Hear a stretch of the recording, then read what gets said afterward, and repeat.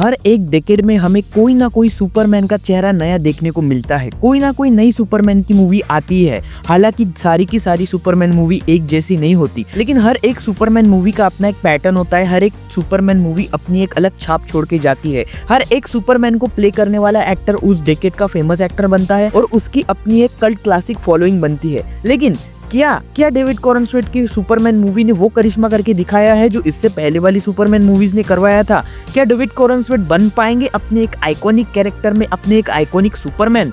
तो आज मैं इस वीडियो में यही आपको बताने वाला हूँ कि क्यों मुझे ये सुपरमैन मूवी बिल्कुल भी पसंद नहीं आई और क्यों मैं इस मूवी को इतना ज़्यादा हेटफुल वे में देख रहा हूँ। और मुझे ये मूवी उन सुपरमैन मूवीज के कंपैरिजन में कुछ भी नहीं लगी जो कि मैं आज तक के देखते हुए आ रहा था। हाँ, ये जेम्स गन ने डायरेक्ट की है। हाँ, ये वही डायरेक्टर है जिसने guardians of the Galaxy volume trilogy और बाकी सारी अच्छी मूवीज, यहाँ तक कि सुसाइड स्क्वाड और पीसमेकर भी बनाया है, जो कि मुझे बहुत ही ज्यादा पसंद है। लेकिन क्यों जेम्स गन का ये प्रोडक्ट मुझे पसंद नहीं आया? इस वीडियो में अंत तक मैं आपको ऐसे पॉइंट्स बताऊंगा जिसके बाद आप भी मेरी बातों से एग्री करेंगे, और अगर आप एग्री ना करें तो कमेंट सेक्शन तो खुला ही है मुझे गालियां बकने के लिए। तो ज्यादा ज्ञान की बातें ना किए, तो चलिए शुरू करते हैं।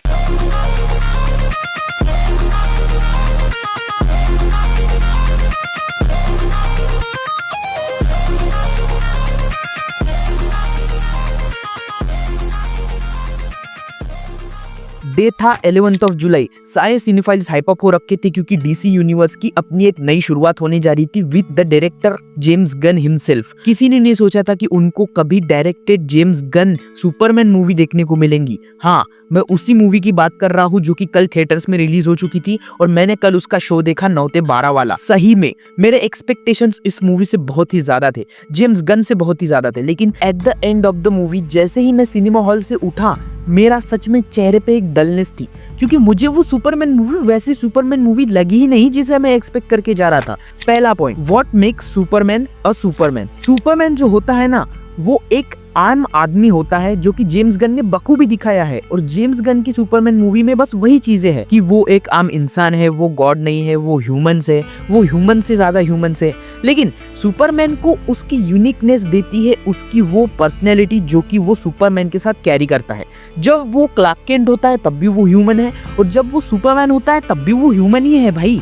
हर मूवी में हमें दिखाया जाता है कि सुपरमैन को लोग गॉड की तरह देखते हैं, एक पावरफुल बीइंग की तरह देखते हैं। लेकिन इस मूवी में भाई वो पीछे वाला बंदा सुपरमैन पे कैन फेंक दे रहा है। अबे उसने आंख खोल के देख भी लिया ना तो जल के गांड राख हो जाएंगी तेरी। ये समझ नहीं सकते हैं लोग यहाँ के। अगर इसकी सटक गई तो ये पूरे प्लेनेट को तबाह करने की शक्ति रखता है, तो उसको एक रिस्पेक्टफुल वे में ट्रीट करना चाहिए था जेम्स गन को, जो कि जेम्स गन ने नहीं किया। और यही सुपरमैन को सुपरमैन बनाता है। क्या है जो बैटमैन में नहीं है, क्या है जो वंडर वुमन में नहीं है, क्या है जो सिर्फ सुपरमैन में है? वो है उसका करिश्मा, वो है उसका गॉडली बीइंग स्ट्रक्चर, जो कि स्नाइडर कट में हमें बखूबी देखने को मिला था। याद है ना सुपरमैन का ये वाला सीन स्नाइडर कट में, जिसने लोगों की आंखें खोल दी थी और लोगों को मजबूर कर दिया था सुपरमैन को एक गॉड समझने के लिए। Not impressed.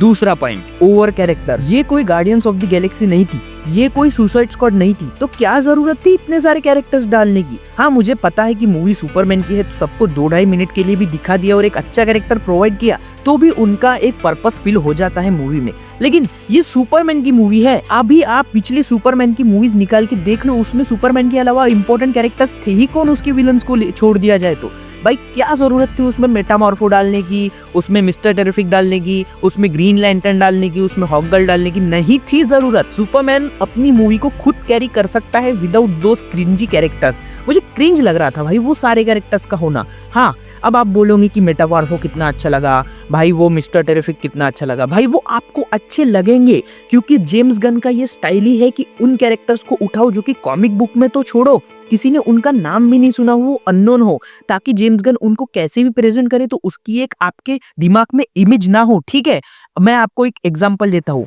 Iron man of Robert Downey junior. उसका आपके दिमाग में एक इमेज छप चुका है कि आयरन मैन ऐसा है, आयरन मैन ऐसा दिखता है, आयरन मैन ऐसी करिश्मेटिक पर्सनैलिटी होल्ड करता है। अब अगर डेविड कॉरेनस्वेट ने आयरन मैन प्ले किया होता पहली बार में, तो आपके दिमाग में डेविड कॉरेनस्वेट वाले आयरन मैन की इमेज होती, ना कि रॉबर्ट डॉनी जूनियर वाले, और आप डेविड कॉरेनस्वेट को ही अच्छा मानते, ना कि रॉबर्ट डॉनी जूनियर को। ऐसा ही होता है, अगर कोई अननोन कैरेक्टर को कोई एक्टर अच्छी तरीके से पहली बार में ही प्ले कर देता है तो वो आपको अच्छा ही लगने लगता है। इससे पहले अगर किसी ने मिस्टर टेरिफिक को अच्छा प्ले किया होता या फिर ग्रीन लैंटर्न को, No! God, please, no! No!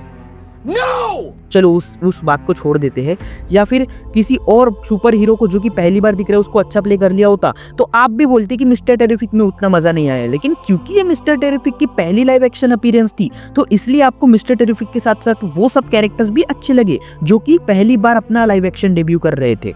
Character handling की जब बात आती है तब जेम्स गन से अच्छा कोई भी नहीं है। उसने सुसाइड स्क्वाड में भी कैरेक्टर हैंडल्स किए थे, उसने जेम्स गन ने गार्डियंस ऑफ द गैलेक्सी में भी कैरेक्टर्स हैंडल किए थे, उसने पीस मेकर में भी कैरेक्टर्स हैंडल किए थे, उसने क्रीचर कमांडोज में भी कैरेक्टर्स हैंडल किए थे। लेकिन यही बात तो बनाती है जेम्स गन को एक सुपर हीरो सिंगल मूवी नहीं, एक टीम अप मूवी के लिए। वो टीम अप मूवी वाला बंदा है भाई, उसको टीम अप मूवी को बनाने दो। सुपरमैन एक सिंगल बीइंग की मूवी है, सिंगल बीइंग की। हमें सुपरमैन मूवी सिर्फ सुपरमैन के नाम से देखनी जानी चाहिए, ना कि उसमें लोगों का टीम अप देखने के लिए। हाँ, ये सुपरमैन मूवी सुपरमैन के बारे में थी, सुपरमैन के कैरेक्टर के बारे में थी, डीसी के उस एक्ट के बारे में थी जहाँ पे वो शुरुआत हो रहा है डीसी का सुपरमैन के साथ में। लेकिन क्या जरूरत थी भाई उसको एक टीम अप मूवी की तरह प्रमोट करने की, टीम अप मूवी की तरह लोगों को दिखाने की, जिसकी वजह से लोगों को लग रहा था कि इसमें तो हमें बहुत सारे कैरेक्टर्स देखने को मिलेंगे, लेकिन देखने को वही मिला जो हमको ट्रेलर में दिखा था, उससे ज्यादा नहीं और उससे कम नहीं। Waste of post credit and mid credit scene. हाँ, हम सोच के गए थे कि जेम्स गन क्या दिखा देगा, डीसी की शुरुआत है, बैटमैन आ जाएगा, वंडर वुमेन आ जाएंगी, सुपर डीसीयू शुरू हो जाएगा। बहन चोत, देख देख देख देख देख, करूँ जेम्स गन तेरी गुद्दी लाल, करूँ तेरी गुद्दी लाल। साले बैटमैन दिखाना था, वंडर वुमन दिखाना था, फ्लैश, कुछ तो ऐसा दिखाना था सब्सटेंस जिससे मतलब ब्लड पंप हो जाए डीसी के लिए। क्या दिखाया? एक कुत्ते को लेके वो मून पे बैठा था भाई। मैं थिएटर हॉल में हंस रहा था अपने आप के ऊपर कि मैंने 250 रुपए इस टट्टी को देखने के लिए खर्च किए हैं।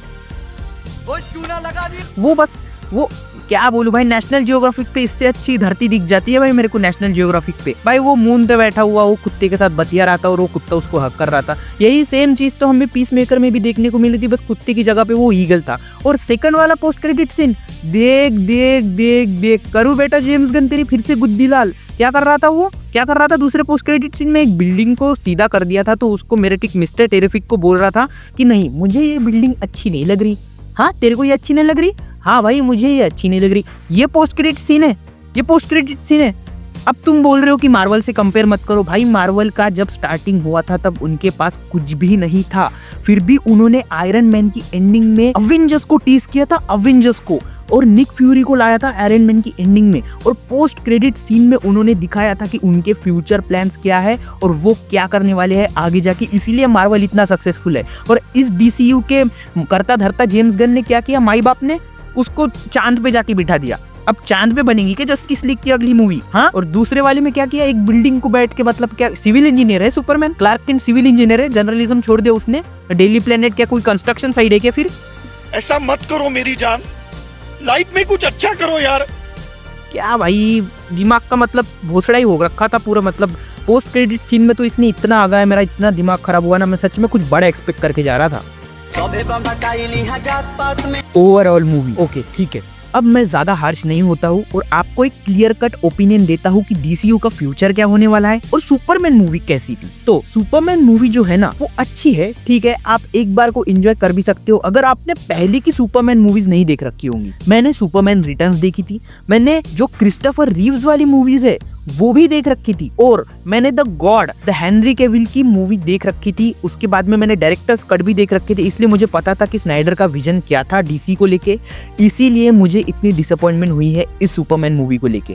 ये सुपरमैन मूवी बस एक जेनेरिक, इस मतलब उस सुपरमैन जॉनरा में फंस जाती है। ये वैसी ही लगती है जैसी सारी सुपरमैन मूवीज लगती है, सारी सुपर हीरो मूवीज लगती है। लेकिन इसमें बस एक ही चीज अच्छी है कि इसमें सुपरमैन का पोर्ट्रियल बहुत अच्छा है, एक्टर्स की एक्टिंग बहुत अच्छी है। डेविड कॉरेनस्वेट ने अपनी एक छाप छोड़ी है। इसके बाद अगर नई जनरेशन आएंगी तो वो डेविड कॉरेनस्वेट को ही माय सुपरमैन बोल के पुकारेंगी, ये आप देख लेना, मैं कह रहा हूँ ये। लेकिन उसके बाद में कैरेक्टर से भटक जाती है भाई। हालांकि मैं आपको ये पॉइंट आउट करवाना नहीं चाहता था, लेकिन भाई कोई कैसे एक ही बार में फ्लाइंग जेट उड़ा सकता है विदाउट हैंडलिंग, विदाउट ट्रेनिंग भाई। मतलब यहाँ पे लोग सादा एक प्लेन नहीं उड़ा सकते और वो स्पेस क्राफ्ट उड़ा रही है वो लड़की, वो जर्नलिस्ट। क्या भाई ये जर्नलिस्ट को क्या क्या सिखाया जा रहा है डीसी में पता नहीं। हाँ, उसके बाद यहाँ पे कैरेक्टर्स बहुत ही भर चुके हैं। मतलब इतना आपको, मतलब मेन विलन सुपरमैन और लुइस को छोड़ के बाकी सारे कैरेक्टर्स से तो आपको घिन आने लगेंगी एक टाइम पे। इतने सारे कैरेक्टर्स है, फाइट सीन तो इतने भर रखे थे, ऐसा लगा था कि मैं डीमन स्लेयर की मूवी देख रहा हूँ, सुपरमैन की नहीं। Future of DCU. ओके ठीक है, अब तो फ्यूचर की बात करते हैं। तो फ्यूचर में मैं सीधा बता दे रहा हूँ कि इसमें सिर्फ और सिर्फ सुपर गर्ल का ही हिंट था। सुपर गर्ल का एक मतलब कैमियो टाइप बोल सकते हो आप, वैसा था। और सुपर गर्ल मूवी जो आने वाली है, super girl women of tomorrow, बस उसका ही हिंट था, उसके अलावा कुछ भी नहीं था। जबकि इन्होंने बैटमैन को टीज करना चाहिए था, वंडर वुमन को टीज करना चाहिए था, लेकिन इन्होंने किया कि इसको सुपर गर्ल को टीज। अब क्या ही बोले भाई, उसकी मूवी, वो डायरेक्टर हो, जो करना चाहे वो कर सकता है। मैंने एक मूवी नहीं बनाई, मैं कौन होता हूँ इसको जज करने वाला। देखते हैं अब आगे क्या होता है। तो लेकिन मैं अपने पैसे भर रहा हूँ भाई, मैंने 250 रुपए दिए इस मूवी के लिए, तो मेरा एक ओपिनियन मैटर करता है, मेरा मन मैटर करता है, मेरा मतलब डिसअपॉइंटमेंट मैटर करता है, क्योंकि मैंने उसको पैसे दिए हैं। मैंने पैरेटेड करके नहीं देखी है वो मूवी, इसीलिए। तो फिर ये था मेरा सुपरमैन का ओवरऑल डिटेल रिव्यू, एक detail discussion on new Superman 2025 movie, जिसमें डेविड कॉरनस्वेट मेन सुपरमैन है। चलिए मैं आपसे मिलता हूँ अगली एसएनएम फ्लिक्स की वीडियो में, तब तक के लिए bye, take care, tata. Subscribe करना मत भूलना। ये क्या है, सब्सक्राइब करो ना सालो। 90% बिना सब्सक्राइब किए देख रहे हो, 99%। इतने तो मेरे बोर्ड में भी मार्क नहीं आ रहे थे। करो सब्सक्राइब।